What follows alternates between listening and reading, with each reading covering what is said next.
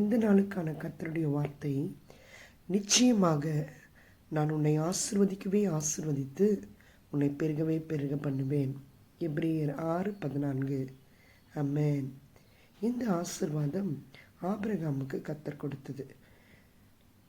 இதை இந்த இடத்துல நாம் வாசிக்கும் பொழுது கர்த்தர் நமக்கு இந்த நாளில் இந்த வசனத்தை உறுதிப்படுத்தி கொடுக்கின்றார். நிச்சயமாகவே confirm, there is no doubt about it அப்படின்னு சொல்கிறார். ரெண்டாவது, என்ன டவுட் இல்லை, உன்னை நான் ஆசீர்வதிப்பது டவுட்டே இல்லாமல் நடக்க போகுது. ஆசீர்வாதம் எப்படி இருக்க போகிறோம்னா, அது பெருகுகின்ற ஆசீர்வாதமாக இருக்கும் என்று சொல்லுகின்றார். தேவனுடைய பிள்ளைகளை, இந்த நாளில் எனக்கு இந்த ப்ராஜெக்ட் சக்ஸஸ்ஃபுல்லாக ஆகுமா, என்னுடைய பிஸ்னஸ் வளருமா, அல்லது எப்படி நடக்கும் என்று உட்கார்ந்திருக்கிற தேவனுடைய பிள்ளை, இன்னைக்கு கர்த்தர் உங்களை பார்த்து பேசுகின்ற வார்த்தை, நிச்சயமாக நான் உன்னை ஆசீர்வதிக்கவே ஆசீர்வதித்து உன்னை பெருகவே பெருக பண்ணுவேன் என்கிறார். ஆமென். அன்று ஆபிரகாமுக்கு கர்த்தர் இதை சொன்னார். அவர் சொன்னதை செய்து முடித்தார். அவர் உண்மை உள்ள தேவனாய் இருக்கிறார். அவர் மனம் மாற மாந்தன் அல்ல. நாமும் கூட ஆபிரகாமை போல கர்த்தரை விசுவாசிப்போமா? கர்த்தரிடத்தில் நம்முடைய விசுவாசம் எவ்வளவு அளவு இருக்கின்றது என்பதை யோசித்து பார்ப்போம்.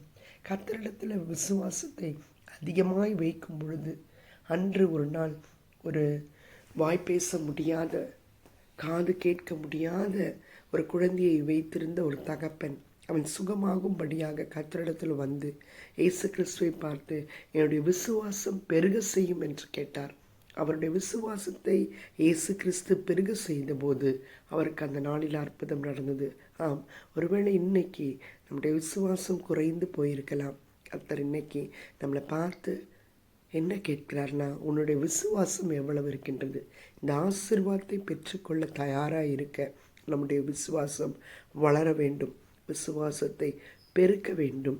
அப்படி நாம் விசுவாசத்தை கர்த்தரிடத்தில் பெருகும் பொழுது கர்த்தர் நமக்காக வைத்திருக்கிற அற்புதங்களை ஒரு நாளும் செய்யாமல் விடுவதில்லை. அந்த ஆசீர்வாதத்தின் அற்புதத்தை பெற்றுக்கொள்ள நாளாக இந்த நாளை கர்த்தர் ஒவ்வொருவருக்கும் மாற்றி அதிசயத்தையும் அற்புதத்தையும் செய்வாராக.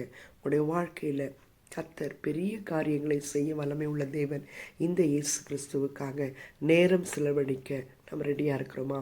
இந்த ஃபாஸ்ட் மூவிங் வேர்ல்டில் என்றைக்குமே பிஸியாக இருக்கும்பொழுது பிஸி அப்படி இல்லாமல் கர்த்தரிடத்தில் சேருவோம், ஆசீர்வாதத்தை பெற்றுக்கொள்வோம். ஆமென்.